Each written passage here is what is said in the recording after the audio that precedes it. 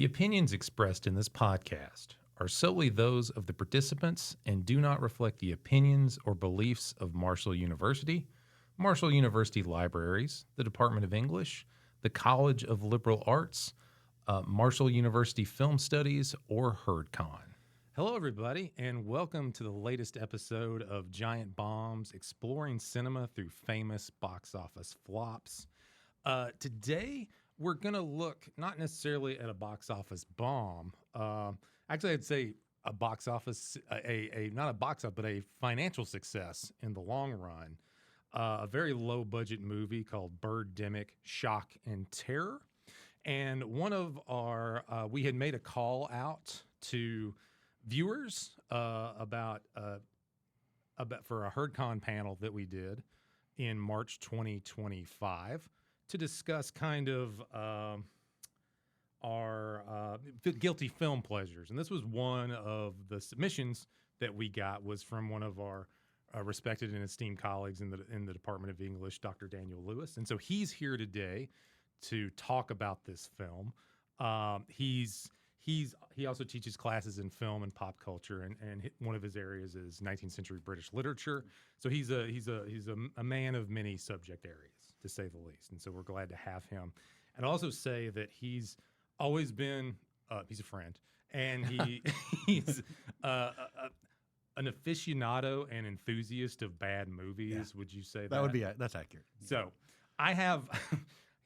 He said it was fine for me reading this. Sure. But so we asked people, like, just tell us why you like this bad film.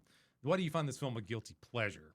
And so this was Daniel Lewis's response to Birdemic, Shock and Terror, which was released in 2010. Birdemic, Shock and Terror, written and directed by James Nguyen, is not a guilty pleasure. It's just simply a pleasure.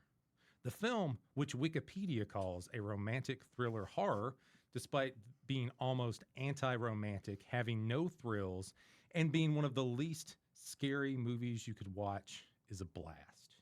Birds suddenly attack an area on the central coast of California for reasons that are never explained. A few people die, or a lot of people die, it's unclear.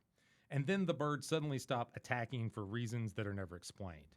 It's meant to be an homage to Hitchcock's The Birds. The reason I love it is that it perfectly captures someone's genuine, heartfelt attempt to make a movie despite having very little talent and ability to make a movie. This isn't a case of someone trying to make a bad movie, because that never works. No, Nguyen's heart is in this. He really, really tried. I love it for the dreadful attempts to depict Silicon Valley culture. How big was the sale? $1 million. Awesome, man. To baffling environmental concerns. In other news today, the population of polar bears is declining rapidly due to the melting of sea ice in the Arctic and due to the difficulty of finding enough food, such as seals. I need to start using such as seals anytime I'm unsure how to finish a sentence. Watch this movie. It's great. So I guess maybe it's something, we make all these notes and trying to think about what to touch on. And so thinking about bad movies, and then I think as Ian in your notes, you kind of go to great bad movies and how we kind of define what makes a bad movie, a great bad movie, or an awesomely bad movie. And what do you all see as your kind of criteria? I think certainly Birdemic fits that mode, but in general, a terrible film that's somehow fun to watch. I think Daniel said it best when a great bad movie, there's that joy of discovery in it. Like there's somebody who just wanted to make something, and that's what I think. That's what you connect to when you're watching a bad movie. Like this movie truly does not work on almost every level of filmmaking is incorrect, but there is just I'm going to keep working on this until it's done, like that. The almost misguided passion. Yeah. I think that's what you. Yeah. And I would agree with that. And I would add that there is something in, like, take Birdemic as an example, but a handful of other similar movies, where I think the filmmakers really were trying to say something. And I think that oftentimes in a bad movie like this, like what they're trying to say is unclear. which is one reason why it's a bad movie, because it's not clear what that was. But they're really trying to say something. There's so much about this movie that is unclear. Yes. Like, what is the intent or purpose? Yeah. I mean, is unresolvable Yeah. in this movie. Like, Yeah. Yeah. So I would add that to that, and that goes back to that sincerity thing, where I think that when I watch this movie, as I've watched it many times, I am struck with every scene that they were really he was really trying something. This is a movie that he cared about. He did not have the ability to pull that off, but he was trying his best in his way, to do something in this movie. Yeah, I think Again, what it was. one way to understand that effort is like looking at like the production history of the film. Is this is a film that was in production from 2006 to 2010. This is 4 years of someone scrounging together the time and resources and people to shoot on the movie a little bit more, to edit the movie a little bit more. Like that, yeah. And like, what's the typical scale for a film production? Like a year, 2 years? Yeah. You know, like 12 to 8. Some people can do films in a year. You know, you think about 1 to 3 years for like a Hollywood movie. Yeah, there are many opportunities when you're watching this movie where you could where I would watch it and I would say, this is when I would have given up. Yeah. when I saw this is when I would have stopped. Right. But this filmmaker did not He ever. did not stop. He just kept going. No, and he wrote it, he directed it, he edited it, or mostly edited it himself. I think the only thing he might not have done was the music, but I'm not even sure about that. It's possible he did the music That as was well. one of the first things I wrote down, is that this does have like a competent score. Yeah. Like Yep. Andrew Sager obviously got hired to score this movie. Yeah. And Andrew Sager, with the budget allotted Did to his him, job. did a competent job. Yeah. Like like the music is fine. Yeah. Yeah, this One is- of the only competent. that's accurate. Yeah, I think it's really. This is a good. I watched this film the first time after getting Daniel's submission about this, and I didn't quite know what it was. I thought it was like one of these like Sharknado type films. Yeah. Or I think there was Modern Family. They made up. It was called Croctopus or whatever. And I was like, yeah, that sounds like an awesome film, and it seems like just the perfect example to show students in film school. Show them this film to show them what not to do, and that we often give students good examples, and sometimes we need to give them bad examples and mediocre examples of the work they want to do, to let them know like this is what you should not do, or there's a why is this so bad, because it certainly is. It is. Yes. Like technically it's a terrible film. You didn't think the audio recording's very good? Okay, yeah. Audio dropping out. That is, randomly. I mean, I've always heard like the audio, the sound mixing. Yeah. You can do anything else, and you just think like they shot it weird for a reason, Yeah. or it's edited like this, or the performances. But if you mess up with your sound, they're like, okay, they're incompetent. Well, At that. and he messed up with the sound. Yeah, just right off the bat when he's in the bar and grill, and you just hear it's just no ADR. Never heard of No, that. I don't know. He knew that. No mic, no I'm not good sure he knew how to mics do that. to record it. Yeah. No. Daniel, how did you come to view this film? How did this I was film get on actually your radar? trying to remember that. I was thinking about that this morning, and I think because I have lived in California half of my life, thereabout, but not near where this is filmed, but sort of south from there. And I know that I heard about this movie when I was in California, and I don't know why or what that connection was. I don't know anybody that worked on this film. I don't know anybody that was involved with this film, but I somehow in California learned about this movie. And when I saw it for the first time, I thought, that's a very northern central coast California movie, like in a lot of ways, which I hope we can talk about. And I thought, oh yeah, like I kind of enjoyed seeing Half Moon Bay and other places that I'd been to before. This movie takes place in Half Moon Bay. Yeah. And like that's prominent part of the film. And the whole time I was like, how do I know those words, Half Moon Bay?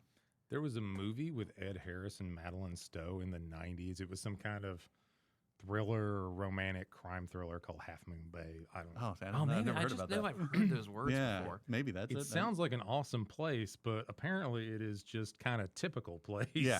Maybe Yeah. it's just because you hear the names of California towns in movies. Yeah. Yeah, and and the fact that it was set in Half Moon Bay is odd, because not a lot of movies are set there. Half Moon Bay is sort of south of San Francisco on the central northern coast, right there, and most of the time you get like a movie like Lost Boys, which is filmed in Santa Cruz, which is near Half Moon Bay, and Monterey and other places right there on that coast, but not Half Moon Bay. It's not that why he chose that. I don't know, but it is unique. For the office parks. Yeah, the beautiful strip Asian malls. dining and cineplexes, establishing shots and things like that. Yeah, I remember this movie being promoted in 2010. I know that title, but I never checked it out. But I remember it being a thing that kind of like emerged from like I think Bloody Disgusting was the website that was initially promoting it. Okay. But I was sort of unfamiliar with how it came to be put before the public. But I do remember it coming out on DVD, and it had big, like not big, but it had well promoted like New York and LA screens. I think like Tim and Eric hosted the big screening of it in Los Angeles. And it was presented as Bloody Disgusting's this terrible movie that we're all making fun of. I remember that DVD release, but I remember like I think in 2010 I was a big daily reader of the Onion AV Club, and I think I remember reading about it in the AV Club, but I never really checked out Birdemic. And you had not seen it until until this now, yeah? Daniel had written about it. Yeah. I'd say that like the worst way to watch Birdemic is on a deadline where you're like, I have to watch Birdemic by 4:30 on Thursday. It is a 90-minute movie that feels like 5 hours long. Oh, it does feel so long. But it is only 90 minutes. I saw one other. It wasn't on IMDb or Box Office. It was like film by movies by the numbers, where it said there was an hour and 45-minute version of it. And I need to see this. I can't imagine More driving scenes. More. Oh my god. More Okay. getting gas. More Listen. scenes of getting gas. There's so many. Full and complete. Okay. At the beginning of this movie, I feel like I see this a lot. Okay, like in our movie diet, I think my movie ingestion diet might be different from like the standard person's. Yeah. Is because I think most people don't see undistributed feature films. But like since like 2005, I have been involved in like film festivals. So over the course of my lifetime, I have watched so many undistributed feature films. These are feature films that like are made independently, oftentimes for like zero budget, like Nguyen's film here. I made a feature film for $2,000 in 2007. I feel like I'm right there with James Nguyen. Like I know all the trials and tribulations that he's gone through in putting this story together. I think James Nguyen and I are from like the same graduating class of like micro budget filmmakers. I just watched. I was on the board making official selections for a film festival, and I watched 24 hours of undistributed films, like the official, all the submissions for this one film festival. So I saw all the films that are in the film festival and all the films that are rejected from the film festival. I had to take these movies into my heart and consider them, and they are. Some of them are lovely, like amazing, beautiful films. So it's a miracle they exist. Some of them are like struggle against their budget, the constraints under which they're made. And I felt when I sat down to watch Birdemic, I was like, oh, I'm right at home. I know exactly what Nguyen was going through. In this movie, it opens with a thing I see in a lot of zero budget features, which is we're driving around. Like there's no story happening, but for whatever reason, we're driving around. I have come to believe that's because like we drive a lot in our daily lives. We transport ourselves in cars from one place to another. So when you're starting your movie, but you have no story, you think, well, of course I must demonstrate that they're moving from point A to point B, or otherwise people will be confused, I guess. Yeah. Like, how did that person show up? Like, you never watch like a distributed film that focuses so much on someone in the car as in an undistributed film. And in this film, it's like the most in the car I've ever seen. Right. I started keeping track. He drives a blue Mustang in this movie. So I kept track of the minute totals that this movie spent just in the blue Mustang. In defense of the movie, I did not count the times they were traveling in the van because that was actually related to the plot. They were trying to escape the birds. When they were traveling in that blue car, hybrid 100 miles per gallon. He claimed 100 miles per gallon at one point. That blue Mustang, there were over 11 minutes of just in the blue Mustang moving from point A to point B, not related to advancing the plot, just demonstrating the character in motion. Oftentimes, stopping and refilling his gas tank for no apparent purpose. And then I did account for some getting out of the car and then walking until he talked to another person. Yeah. 11 minutes of the Yeah. 1 hour and 33-minute movie. That is a symptom of, I think, oftentimes filmmakers feel this. They got to make their movie as long as a real one. Yeah. Yeah. So, like, right. to make it 90 minutes, it has to include 11 Really- minutes of just Yeah. driving in the blue Mustang. And we talk a minute about that opening shot, which is off kilter, kind of like Oh. it wasn't meant to be That's what oh man. part of the movie. It's shot kind of down, like the camera's like placed down, like looking up, and it's off kilter through through the windshield. through in the passenger seat, through the windshield, but the camera is Yeah, It's a bit of a Dutch angle. oh going kind on of. yeah, there. it's slumped. Yeah. Because it's in someone's hand and they've Yeah. been jostled around. There's so much of my life I spent watching ultra low budget movies, shooting through the windshield of a car to demonstrate that the car is on the road. Like, right. that shot Right. is so easy to get, and it seems so sensible to include in a movie. You've never really seen it in a movie, really, because it doesn't communicate anything. It's very boring. Yeah. But you are in the car, you have the camera. I'll just point it out the front. Yeah. And not being a filmmaker, when I watch this sort of thing, I'm if I'm being charitable, I am saying they're establishing the setting. They're establishing a sort of mood. That is what was the idea behind something like this long opening scene of whatever driving. That was the idea of what he was trying to do, and that's me being very charitable. Yeah. You're I gonna don't say that think a he lot here. does that very well, but I think that was the idea of like, I'll set this is the town, this is the main character, sort of. This is the I guess. Yeah. And so again, being very charitable, I would say that's what the idea there was. I was obsessed But with this driving, and that's not just the tip of the iceberg of the amount of meandering in this yes. movie. Oh, Yes. Like the majority of this runtime, this movie is people meandering around. As I watched this movie this week, I also went to go see Minecraft this week. Oh. with So the, I with the had- fam. I had this driving in my mind. yeah. And at the beginning of Minecraft, there is a sequence where they are establishing that Jason Momoa is traveling from point A to point B in his cool Mustang car.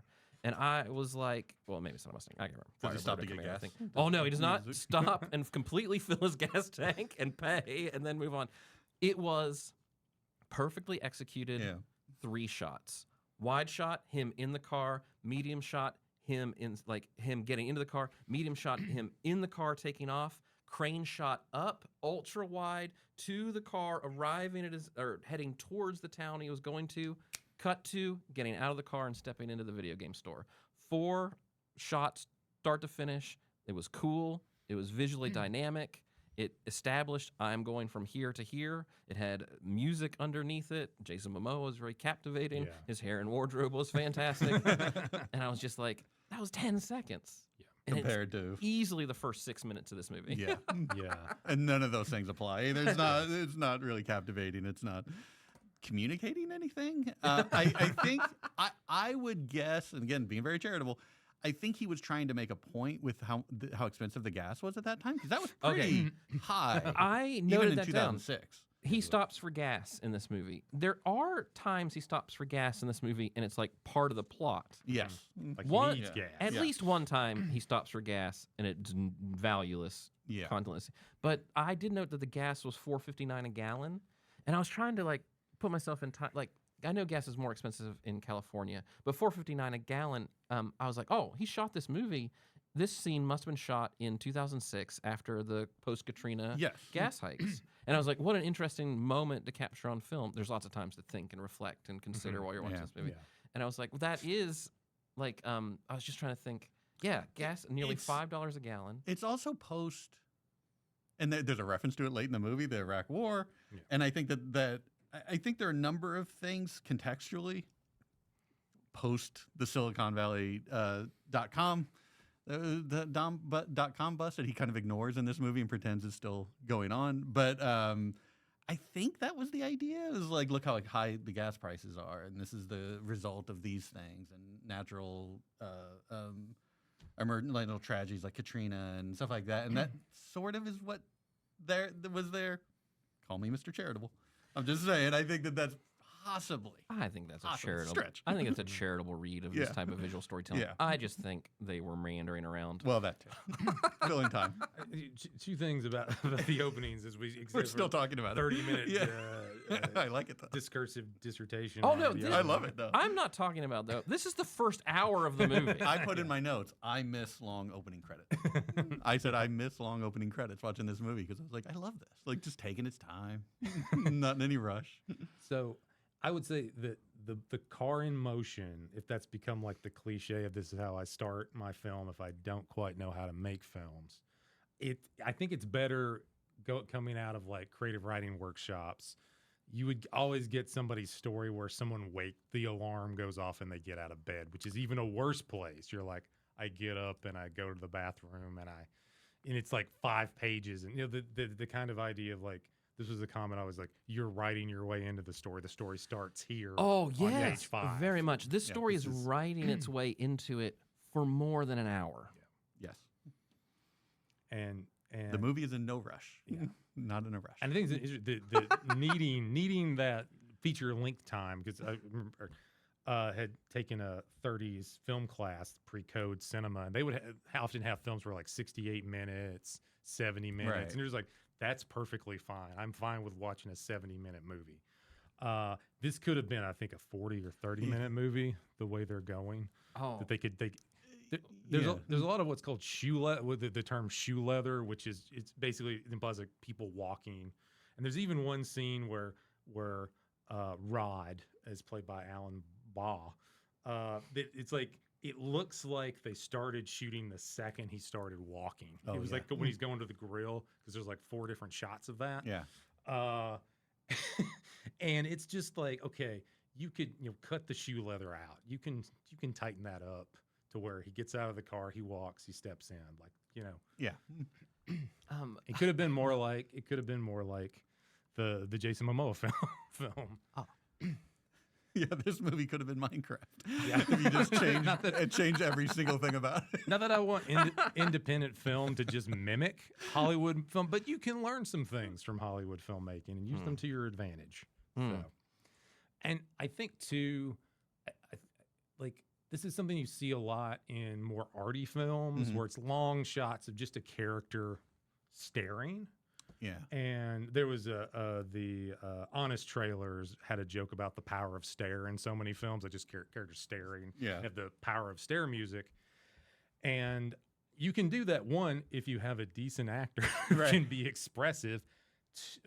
If there is a reason for this character to stare, so if you have a story that justifies it, you can see the character thing, and also if you have a good and compelling score that allows that, and when to stop, when to cut, and when to keep going. This is the little nitpicky things that make a bad film into a good film. And I would So- say, when you're talking about like what is appealing to me about a bad film like this one, like a good bad film like this one, is sometimes the weirdness, the strangeness Yeah. of like that shot you're talking about where he's walking and they're clearly backing away from him with the camera at the same time, but it's not at the same speed, so it looks very weird. Mhm. That's great though. Like, it's Yeah. so weird. Like it's just such a weird image. Yeah. And that comes from technical ineptitude, but Yeah. it's still good. There- It's because it's so strange. Oh, there's some classic like zero budget strangeness in this film. Yeah. This is a thing I've seen in many sort of like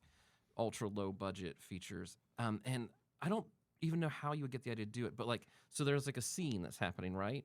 So like a scene is a wide shot of you two talking, and then a close up of you, and then a close up of you, and we've like matched them together to tell a story.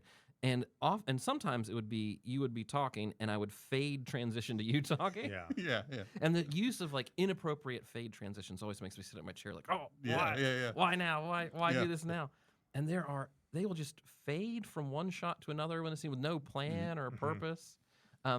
Surely, oftentimes by mistake, like I just think so. clicked the wrong Yeah. button. Yes.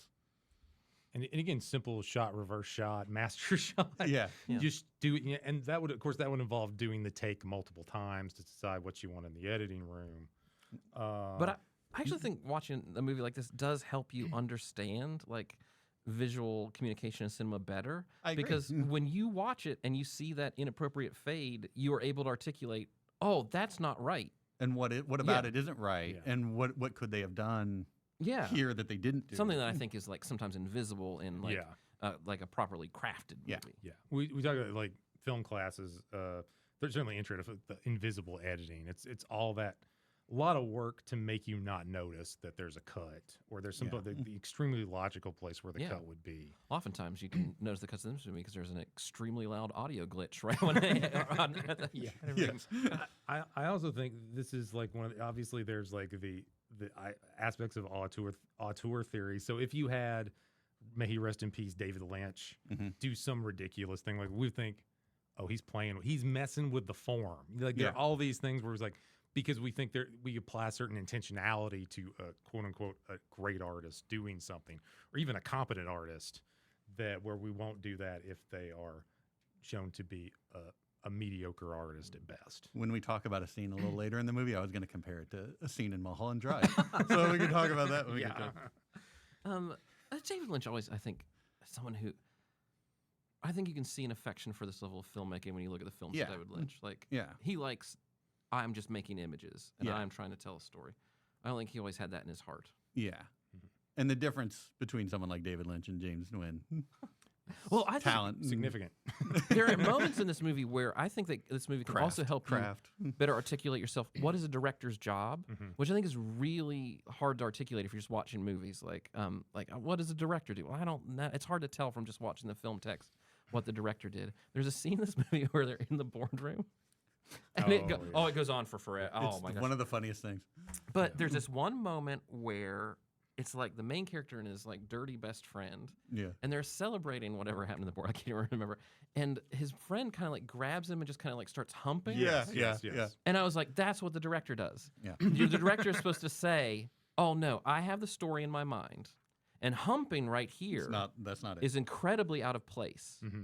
It's funny in the room right now. Like, we're all laughing and joking. But the director's supposed to be the one who says, no, there's a movie that we're creating. And then within the movie we're creating, it would be insane for these two characters to air hump.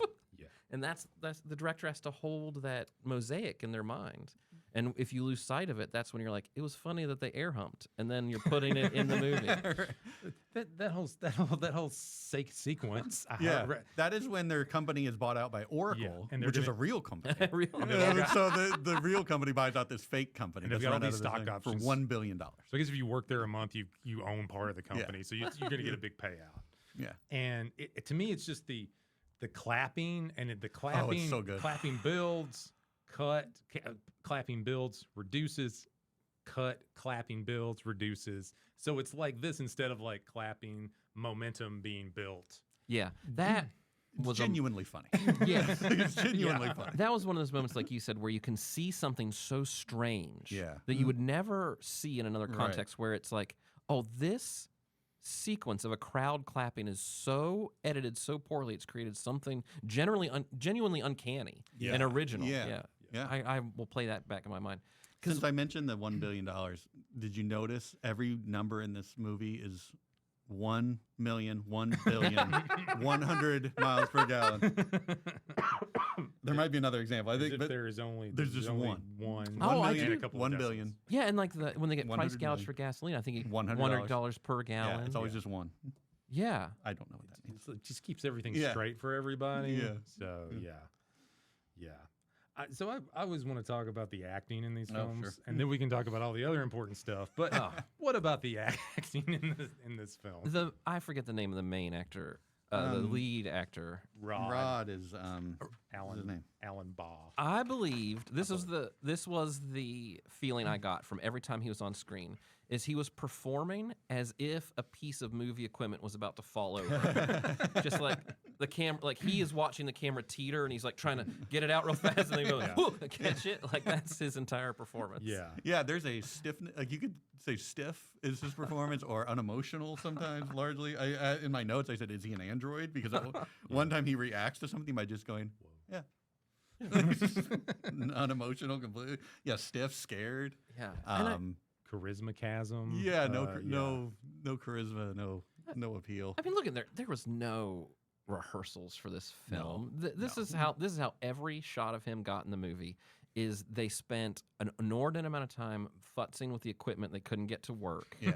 And then once it was kind of going, and they started yelling at him to say the lines that they'd written down. He'd be like, "What? Huh? Oh, okay." And then he would quickly and stiffly say what he could, and then they would cut and move on to the next thing. It was just like a even as he's written is a. I said in the thing I wrote to explain why I love this movie that this movie's sort of anti-romantic to me, and mostly that's almost all that's him. He is incredibly creepy from the very beginning, where he chases after her. Hey. She clearly does not want to talk to him. She says like 3 different times, like, "Oh yeah, okay, I gotta get going. It's good seeing you. Gotta get going." And he keeps talking. Then they part. Then he turns around and chases her again. Like, and he's like, "Oh, can I get your note?" Like, he's so creepy. And then later in the movie, he's very negative towards her in ways that he's sort of like, "You shouldn't do modeling. You should do this instead. That's dumb. And you should do that." And he's our romantic lead. He's the hero, I guess, put that in big quotation marks, because I don't know what he does that makes him the hero. And just a complete lack of any trait that you would expect to see in a character like this. So even apart from the acting, which is abysmal, his character as it's written is not anything. no.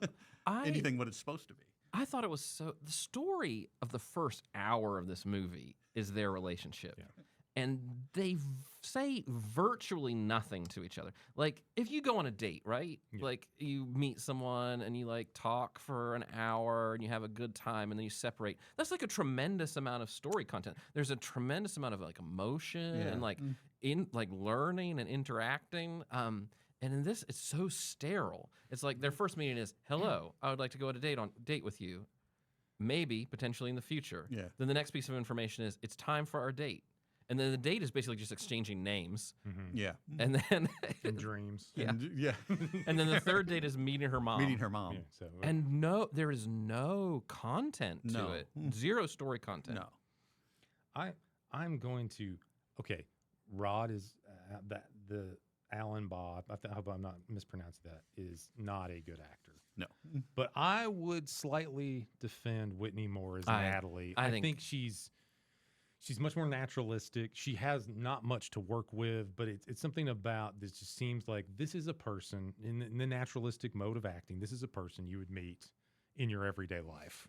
This is a person who wants to be an actress and Yes. understands how to do it and is like really trying to deliver these contentless scenes with like I did have I was like, "Oh yeah, this lady got roped into this." Yeah. And I actually admired her because I was like, why did she show up for the second day? Right. Like she Right. finished the whole movie. Right. And I have not seen the sequels to this. There are 2 of them. I haven't seen them. I don't want to see them. I have no interest I in them. had a lot of questions about She's the sequels. in at least one of those sequels, though. I If not think both she's in of the both. sequels. Both She's of them are in them. both. Yeah. I'll never see them. And she's got a fairly good They both have a fairly good IMDb page, and probably because of just the notoriety of this film. But yeah, she seems like that. I was looking at her IMDb. There's a little clip of her acting. It's like, okay, this is someone who is trying to be an actor, is competent.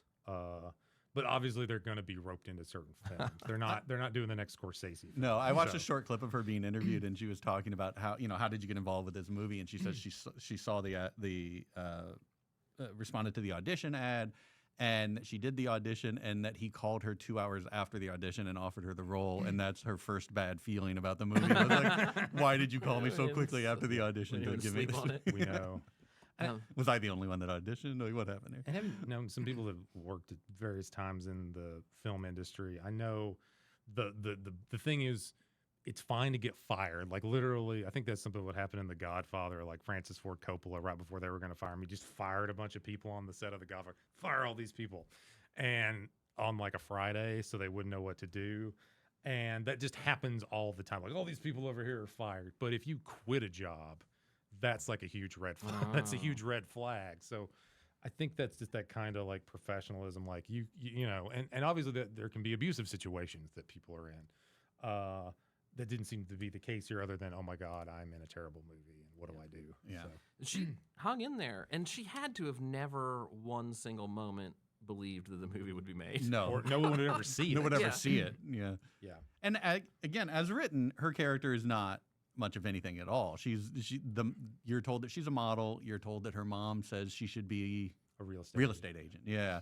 And that's basically it. You meet her mom, and then beyond that, you don't really ever get any other information about her. I just want to point out when she meets Rod at the beginning of the movie, she says that she has to go because she has a fashion shoot. When they show that a few scenes later, it's at the My Studio 1 hour photo. Yeah, yeah. That's Yeah. the photo shoot, the My Studio 1 hour photo. I couldn't get over like this. Like on their first date, then their first date, he walks her back to his apartment and he's like, "Can I come in?" And she's like, "I'm not on the first date. I'm not that kind of girl," which is like a perfectly fine scene in a movie. But then it's like in the middle of the movie, they do like engage in a sexual relationship, but nothing has changed. They haven't even No. said. The only thing No. they did was talk about like vaguely about their like not even their careers, just that Yeah. just I am a model. I am an entrepreneur. Yeah. like that, like, Who, Yeah. who do you look for in a potential partner? Yeah. And they basically are describing each other. Right. Okay, so I had a thought to segue into awkward sex scenes. So Oh. so it's implied. Okay, it's implied that they're at that motel. You know, like the second movie starts that they've had some sort of intimacy. And then, so the next day, that is when the birds attack. So this is, to me, this is very Victorian of Yeah. it. The second they have, they're intimate. I think this is a film that feels chaste in a weird Yeah. way. But yeah, it's just like, okay, they have their special night, and then the birds And attack. then- And these have to be related in some way, right?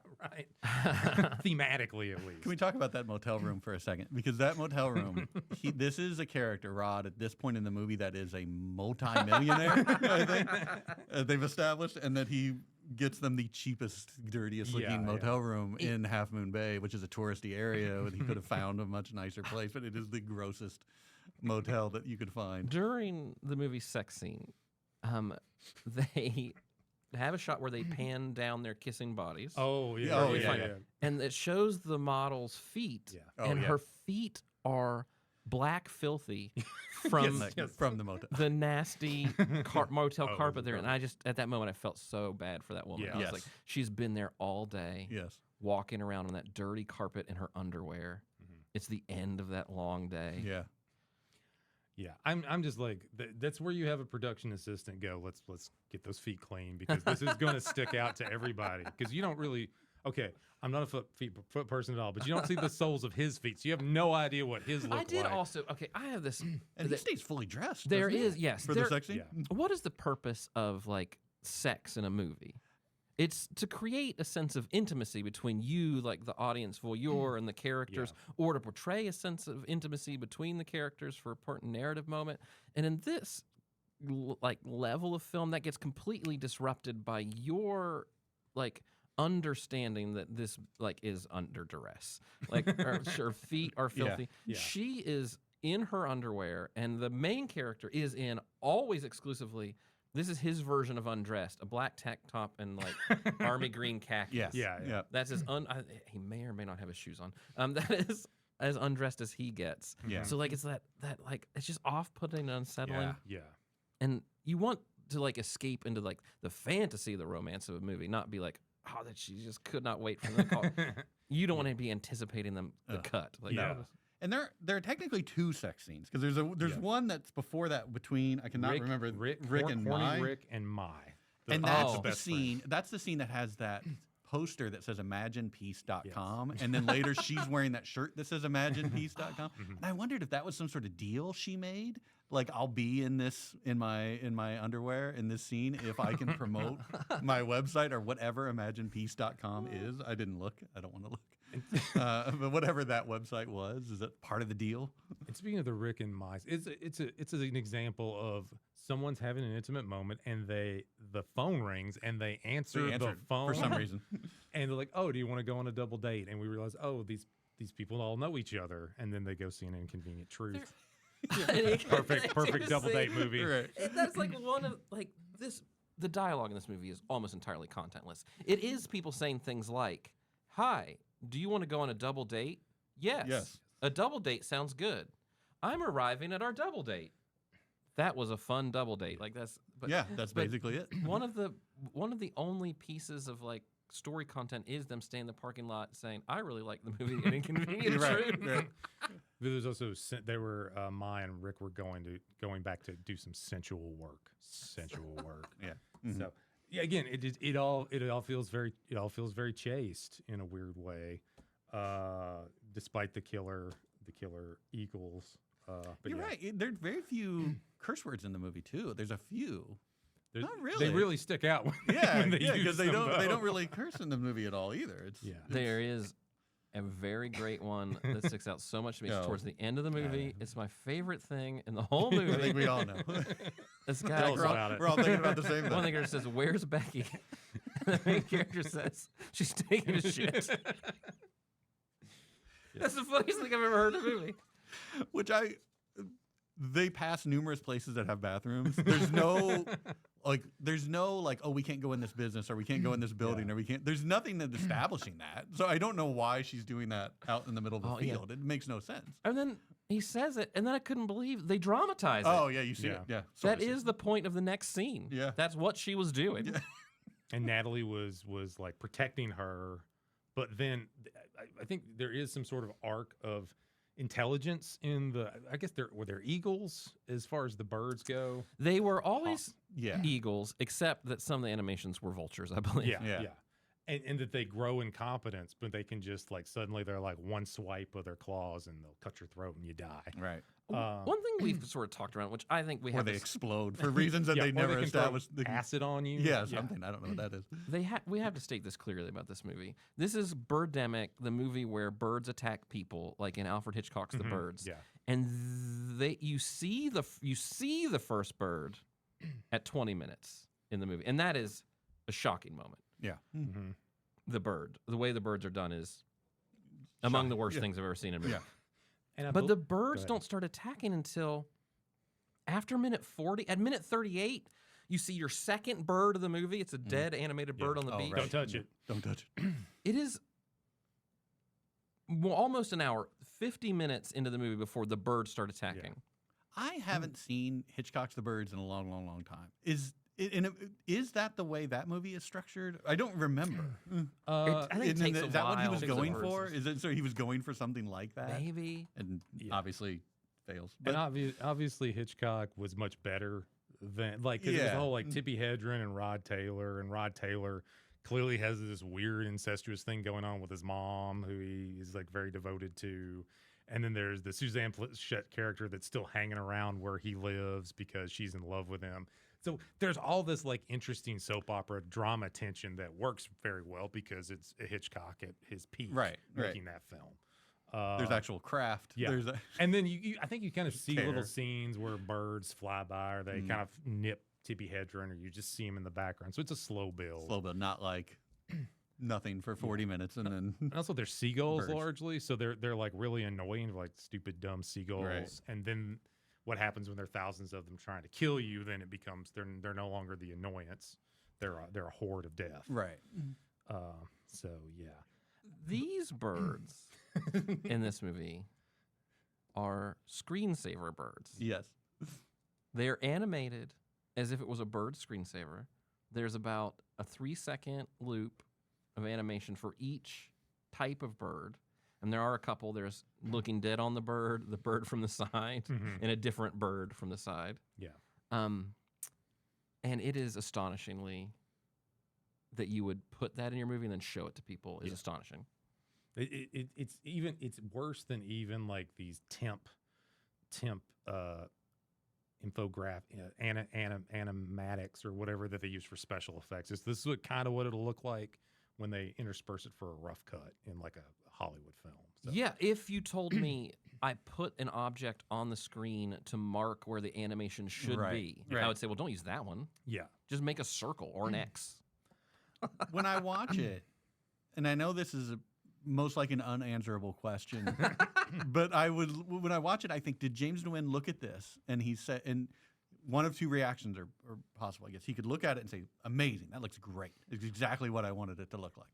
Or did he look at it and say, that's not what I wanted, but we don't have the money and this looks good enough, I guess, or passable enough for him? And I don't know which of those two it was his real reaction. I think this is a thing I have come to admire about James Nguyen is he doesn't quit. No. Like there are so many points in this movie where any reasonable person would have Would stopped. say, forget it. And I do think the bird animation is a point where you would have just had to say, oh, we can't do it. Yeah. When they were filming it, I thought it was very clear that they were filming it. They would just film, and then someone would say, are the birds attacking us? And Nguyen, I assume, would say, yes, we're going to figure that out in post-production. Right. And then the people on set would be like, that sounds like something that could happen. Okay. Yeah. And then they would do their best. And when he got to the point where he was figuring it out in post-production, and the solution was these animated GIFs of birds, any reasonable person would have said, I have failed. I can't do it. And when I say like sincerity in a movie like this, I mean, I think he desperately wanted to say something about the environment, and then I don't know what it is he's saying, but he's saying something about the environment. And I think if you look at what he was doing in making this movie, if he came up to this point and thought, I don't have the money to do these special effects, I don't have the money, this is not going to look right, he could have simply made the movie a romance between these two characters and just done it that way and introduced an environmental concern in some other way. But it's what makes the movie great that he, like you keep saying, he just went ahead and he was like, no, I'm going to do this even though I clearly cannot do this. I'm going to do this anyway. And let it go how it goes, but this is what I wanted and I'm not going to change course. And you get Birdemic as a result of that kind of whatever word we want to use. I do remember when this movie got its like cult movie DVD release as just kind of like a press release thing about a dumb movie that some company was putting out. But I was unfamiliar with how this movie made it to that point. Yeah. And this was a fact I read about this and I thought that this really made me admire James Nguyen, is he made this movie. He had looked at those bird effects. He had watched the whole thing from start to finish and saw how it turned out. And he said, I got to get someone to buy this from me. Yeah. And I just think this is so, like, he just drove to Sundance, like the Sundance Film Festival, and he booked a bar with a projector to show his movie. And he just walked around handing out flyers to people at Sundance as if this were an exhibition, which it was. He just had a bar. I've got another movie. You're at Sundance already. Come to the bar and watch my movie. And I think I did read that like crucial information on the flyers was spelled wrong and that kind of like this is just a person who was just like, I'm making it happen at every level, from like, I'm making my movie and I'm never quitting no matter what. He believed in the movie. And now I have the movie and nothing can stop me. I will just drive to where movies get sold and it will bother people. Yeah, I think I remember seeing it was clearly made for humor, but it was a chart and it was this kind of parabola kind of thing. So like up high, and then like the competency of a film, and it's low. Those are high, enjoyed. Then there's the muddled middle where we're all like, and then there's like really good films. So our enjoyment in films are of really excellent films and really terrible films, and the stuff in the middle, like what you would give 3 stars to, or 2.5 stars, or 2, that kind of, we forget about those things so easily. Whereas there are quite memorable scenes. I have never seen the entirety of Sharknado, like that movie. I've seen part of it, and I thought it was very boring because it was not funny in a weird way. It wasn't strange. It wasn't trying to do anything. It was purposely trying to be purposely bad, and it just was boring. And this movie's not. I don't find this movie boring. I find this movie endlessly fascinating. You could not do most of the things that happen in this movie on purpose. No. You could not set out and be like, I want my movie to look and feel this way. Exactly. It has to be an organic discovery. Yeah, exactly. There are things in this movie.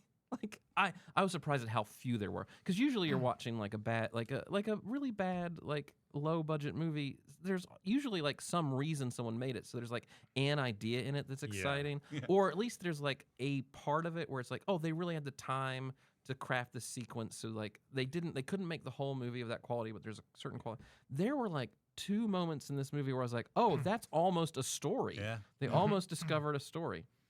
At minute 55, the birds have attacked, and they find people on the highway that were killed by the birds. And in and amongst them are children who are hiding. And I was like, that's almost like there you go. interesting. Yeah. And then like the kids just kind of like are there for the rest of the and movie? then nothing happens. Whenever they get hungry, they have to pull over and find something to eat. Yeah. So. And then everyone is being attacked by the birds, so like getting like gas becomes an issue, and they get like a guy on the highway flags them down and tries to rob them of gas. I was like, this is almost a scene. Yep. So I was proud of the movie in certain parts. Where by that point, minute 55 of this movie, I was like, this is going nowhere, nothing. Yeah. So yeah. Thinking of other things. Oh, the one thing, like the thing also is weird that going back all the way to the first appearance of the birds, they're parrots from what I. Oh yeah. And I think it's supposed to be like they're the parrots of Telegraph Hill, which are kind of famous. Yeah.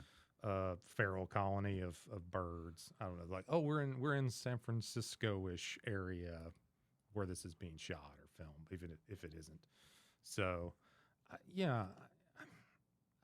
I had watched this film a couple of times. I watched it pretty close, and this is one you need to space out your time watching it, I feel, because you're like, you start to see the moves and what was endlessly fascinating about why this is the same shot and why are they talking this way. It gets old pretty quick. Yeah. You got it's like you could do it annually and probably Right. be in good shape, but you don't need to. This is not one like you're going to watch this 1,700 times over the course of your life. And this could be, insanity. Like how many times I've seen this movie, I keep noticing different things. How but many times have you watched this movie? But I think 10. Oh, yeah, yeah. maybe That's a 10. lot. This is what, Yeah. yeah. And like when I was rewatching it again, I rewatched it this morning, and I was like, I kind of paused it and rewound the scene where they go talk to her mom.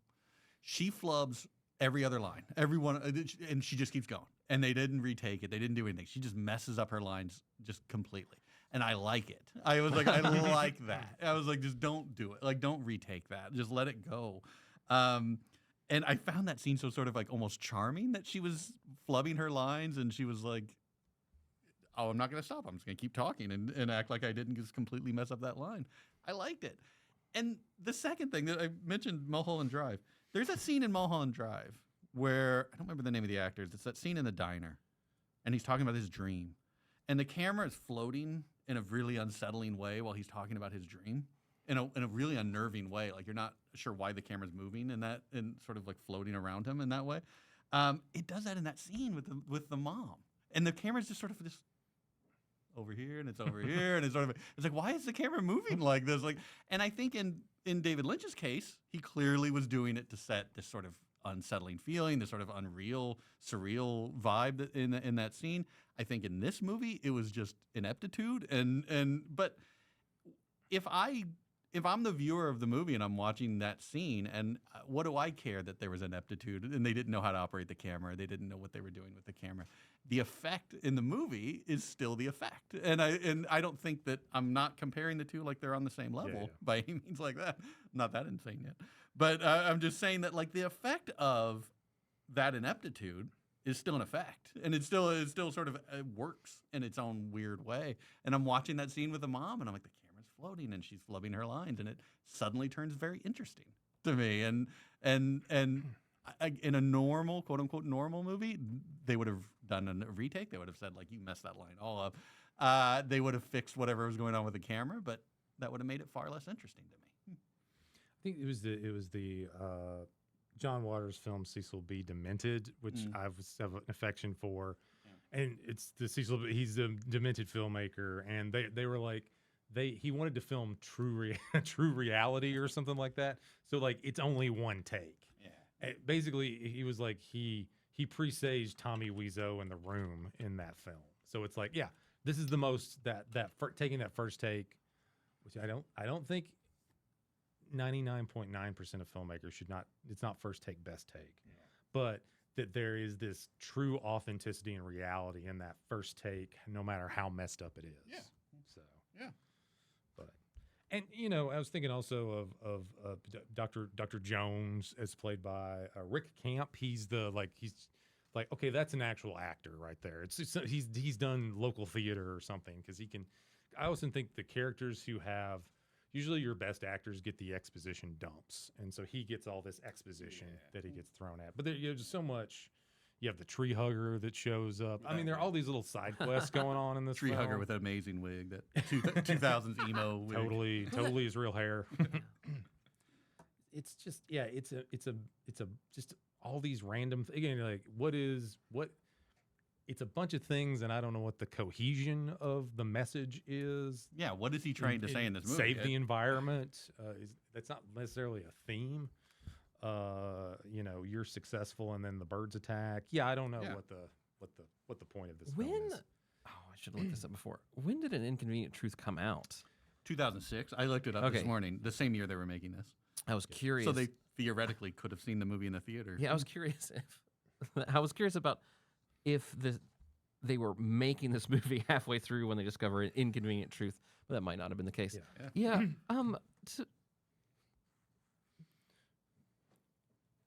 It's just the story is so unclear. Yeah. And it becomes so almost like episodic towards the end, which I kind of liked. Like once they're in the van and like there's a conflict where we're being attacked by birds and we're running into people who are being attacked by birds, I was like, this is approaching a movie. If the movie started here, I could forgive a lot of it. Yeah. It's just that first hour of meandering. Well, it reminds me of like kaiju films, right? So like the Japanese made ones where there's Gamera or there's Mothra or there's Ghidorah or there's Godzilla, and the screen time of actual Godzilla time is like 8 minutes or something like that, a 90-minute film. And at least they attempt to kind of create, there's this son that doesn't get to spend enough time with his mom and dad because they work, and now they're going to be together after this, Godzilla attacks or something like that. There's always some sort of secondary plot, which I know, like, to American audiences, like, we're here to see Godzilla, please. But they kind of, I feel like there's something like that. There's the attempt to invest in the characters emotionally before you get to all the action. And then, when I get to the end of the movie, when I'm thinking about like that, and I'm thinking about what was the message or what was the point, the ending undercuts that so much by just having it stop and then just stopping. And then I don't know script wise what happened there, if that was who knows. Script. But, yes, well, yeah, if there was a script. But that like undercuts it so much. And if you would have imagined a different ending, even an abrupt ending where there's sort of, now there are more birds, or now there's something else, like, I mean, okay, that's at least something. But to have the birds just stop, then what was the message? I don't know. I mean, it was the idea of like they may come back. They may come back, but I don't. Or may not. It's not that I expected like to have an end credit scene where a bird just flies at the screen or something. The clip art bird. That would have been great. But yeah, I think too, like the way the action is set up, because there's points where hordes of birds are attacking.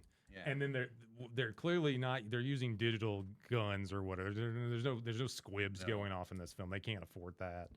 And they're like shooting. They're all terrible shots. And then they'll shoot, and then they'll knock one bird. There's one bird in frame that gets knocked down. Right. And then there's the 12 birds on the screen, and then shots, and then one bird goes down.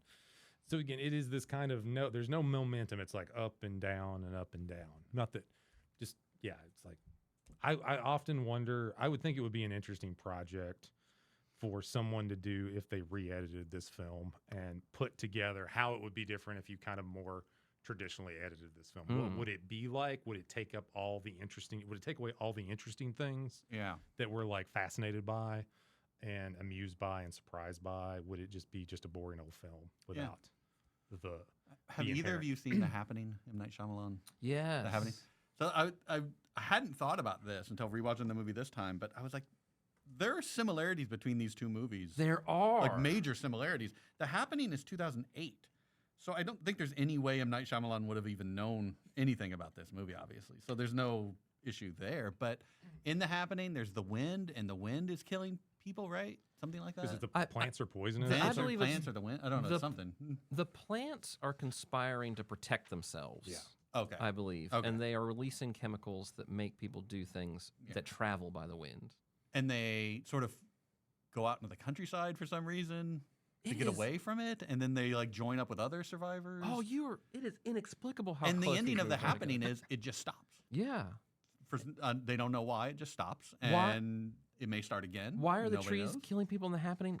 vaguely because of the environment. Yeah. These movies Very are similar. so similar. But again, 2008 and 2006, so he wouldn't have known. This movie didn't come out till 2010, so he wouldn't. M. Night Shyamalan didn't rip off the Yeah. Birdemic. Maybe this is just that's the kind of story you think of if you go see An Inconvenient Truth. Like that just must be like, Damn you, Al Gore. there's something. It is bad. Yes, demonstrably, there's a big problem with the environment. Yeah, What if but something what were if something were happening happening? because of that? And then what's the solution? We don't know yet. It'll just stop. I feel like 2006 was a dark time. Like, obviously, compared to what we've gone through in, say, the past couple of years. But I remember 2006 being kind of a grim time. Yeah. It was, I think this was during the George W. Bush administration. We Yep. were all kind of tired of whatever we were at. We were kind of tired. And it seemed dark and forbidding. There were a lot of, like Cormac McCarthy's The Road came out. There was Christmas Day, The Children of Men, the film adaptation came out, which is an amazing film. So it seemed like there was a lot of these kind of dark environmental things kind of popping up in various places in media and the larger culture. And it just felt like it was maybe it was because I was going through a divorce at the time.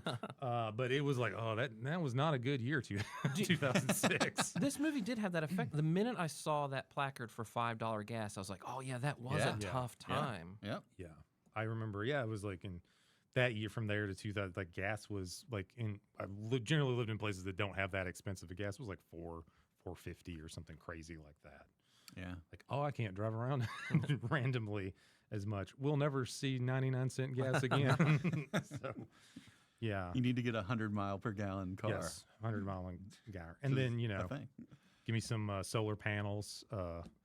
Yeah. That will get $1,000 off on solar panels, and yeah. Did either of you make note of the fact that the solar panel salesman comes to his house and he is like, "Oh yeah, this is great, let's do it." And then he apparently had a solar power startup that he doesn't explain. Was that Oh, that's what I couldn't understand. Yeah. It was was that like, from that sales experience? was that the he idea? just- Is that he met the salesman and then flipped it The into seller. a That's what I million-dollar don't know. company?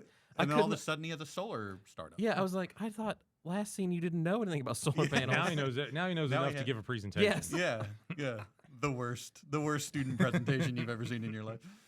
Yeah, I mean, there's no fault. Like, hey, I like this guy. I like the way he sells. There's no No. connection. Like, oh, No. he can meet. He's one of our co-sponsors, or he's working on the startup or whatever. Yeah, it just seems makes very- it makes it's all in one day because most of the movie is the end part is unclear how long of a period of time is going on, but most of the movie is 2 days. The first day, I made a note of this hold on, because Rod's first day. I did. He wakes up, he has breakfast and watches the news. drives around. He drives around, he gets gas, he meets Natalie, breakfast, he meets Natalie, he makes $1 million sale, he plays basketball, he watches the news again, he buys solar panels, he goes to dinner with Natalie, and then they go to a club and dance, and then he walks her home. And that's one day of the movie. I thought that was That's a lunch date though, so that would have been the later. That Later. would've been another day. And I don't know. It's framed as the same day in the, in the, okay. in the Yeah. movie, yeah. You know, there's something Because he about- references he made $1 million sale that day. Okay, Which that's is the same. at the end when they I've seen transition the movie 10 times. more I'll into like believe you. I'll trust you on that. at I've the only seen it end four when they transition more into like survival mode, I was also like, How long? I do believe under these circumstances, you guys could skip sandwiches. Yeah, like yeah. you just got to get away from these birds. You don't have to like figure out your rough camping schedule. Just keep Yeah, it's driving. Picnic time. Yeah, yeah they Because stop. They stop and they take all that Crystal Geyser water, and then they stop that stream to get more water. Yeah. You're like, yeah, I'm not sure how much time is supposed to be happening. These kids are severely dehydrated from being under those cars. so There's they a need- lot of Crystal Geyser water. Yeah, it has a lot of product They- Crystal Geyser product placement. They very obviously at the gas station choose and select Crystal Geyser Yeah, water over yeah. other brands. You talked about that the restaurant scene, their date. Oh yeah. There is a great, I think, sort of like zero budget film thing in there where there's a performer singing a Oh, yeah. song at the Damien Hanging and out. they are dancing. Hanging out. with- But the only human beings in the restaurant are the singer and those two, and it gives that the movie such a bizarre, dead Very feeling. surreal. Yes, where you're like, this feels like a bad dream. Yeah. where it's like I'm in an empty restaurant and there's nothing, and there's a guy singing to no one, Yeah. and two people are dancing, and See- it's purely like a function of like it's impossible to get for them to get the extras They, for whatever reason, felt the song was important, and they staged it as best they could. But it is the kind of thing that it can only emerge from a movie like that picture. And it does have kind of like a Lynchian feel of just like the two couples who are miming being in love in the empty room while the guy sings a song about hanging out with my family, having a party with your family. Having a party. He having a party with my family. That's a good subject for a song. He also mentions the respected soul singer Jill Scott in the song. I'm just like, don't bring Jill Scott into this. She does not need to be brought into this film. No shout outs to much better R&B singers. But you get the whitest dancing you'll ever see. Yeah, some of the whitest, really purely white dancing. There are a lot of good candidates for that. I will say they're going for it. You really opened my mind when you mentioned David Lynch earlier, because this is something David Lynch understood fundamentally about film. Yeah, that when it's wrong, it feels like a bad dream and it sticks in your mind. Yeah, and there are all these things about film that you know as correct because you've been ingesting like visual film stories since before you could read. And when one is slightly wrong, it makes you uncomfortable to a degree. Yeah, and in David Lynch's case, that is intentional and coming from great amount of talent. And in this case, it's ineptitude and not knowing what you're doing. And again, but then the effect on the viewer.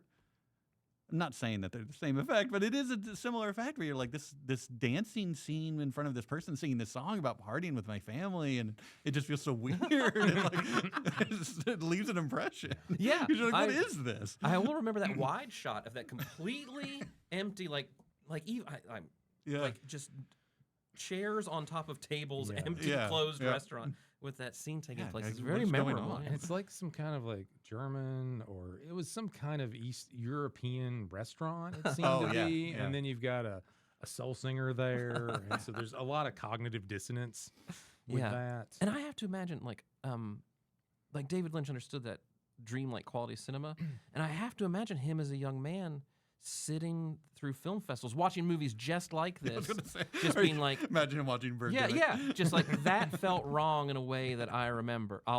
That felt wrong, and then like stringing his movies together with all these wrong feelings in the right way. Yeah, and I guess in the end, good or bad, the film will be remembered, and I think there are certainly competent films that I watch and I don't remember a darn thing about them because they're not remotely interesting or off-putting. And this film certainly provides a lot of.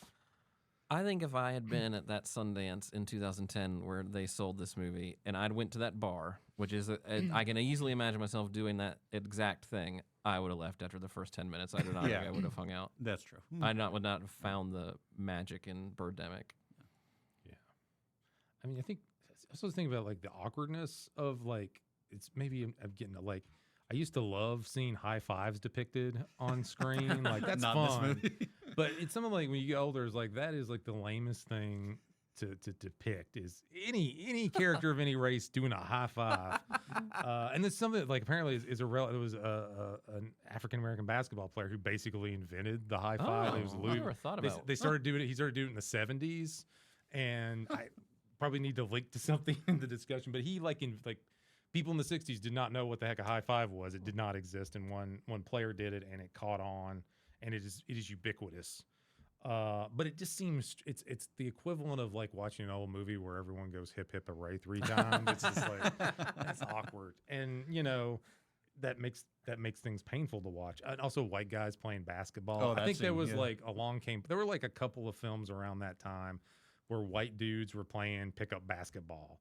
And they were clearly not like anyone who had ever played basketball or has any sort of competency in how do you play basketball. I just think like I'm just totally taken out of the movie in the basketball scenes because he's just dribbling a lot and backing up. That's not basketball. You want to have like moves or shoot long. There's no variety to it. So it's like they've never seen basketball before. I guess that's my final thought about the film. What other final thoughts do you all have? We could obviously talk for many more hours, but any lasting impression? This is the bad movie for you. And I think everybody in their life has the bad movie that's for them. For me, at times in my life, I believe it's been Trolls 2. I believe that one was the one for me. Like I always liked the Adventures in Nilbog or where that takes place. Birdemic, I think maybe I robbed myself of the Birdemic experience by watching it on deadline, where I was like, I got to get through this 90 minutes this week, and I was like, oh my god, I'm ready to let Birdemic go. I saw it, I experienced it, I took some lessons from it. In conversation with you guys, I feel like I made discoveries about it, but I'm ready for this to be the end of my Birdemic adventure. You know, James Nguyen did not make, and I apologize for that because this is what we just said. James Nguyen did not make Birdemic to be anyone's homework, so I apologize for that. That might have colored your experience of it. And I already mentioned, there are 2 sequels to this movie that I will never watch, and mainly because I don't want it to ruin this movie. And I know that whatever he did in Birdemic 2 or Birdemic 3 or whatever, however many there are, it's not going to be what this is, which is this special little thing that was an accident and as you pointed out, could never have been made on purpose in any way. And when you try to do that again and do it again, it's never good.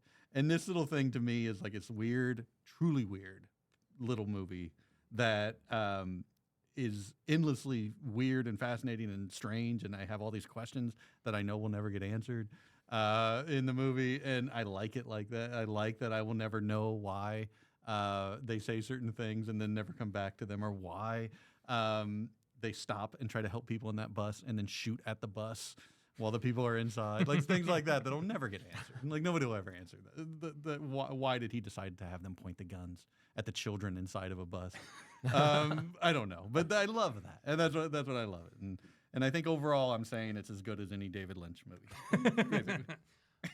How do any of these birds throw poisonous liquid that kills people, and how do they explode? How do they explode? It's all Nobody knows. a mystery. And you know what? I don't need any movie to explain. I don't want another movie to explain away that mystery. If you ever watch it again, I don't know if you may notice it, but Mr. 10 times over here, I noticed it. The music near the end is definitely not imagined by John Lennon, but it's imagined by John Lennon. Like, listen, it is. They said just slightly off because we can't afford imagined by John Lennon. So don't make it too close, but it's imagined. It's an homage. Yeah, it's interpolation. imagined. Yeah, it is. Chords are almost identical. Well, all right, everybody. Yeah, I mean, you know, it's Birdemic. It's one of those films. If you're curious, and we know you're curious, check it out at least one time in your life and decide for yourself. But from us, thank you for listening. Take care. Be sure to like and subscribe.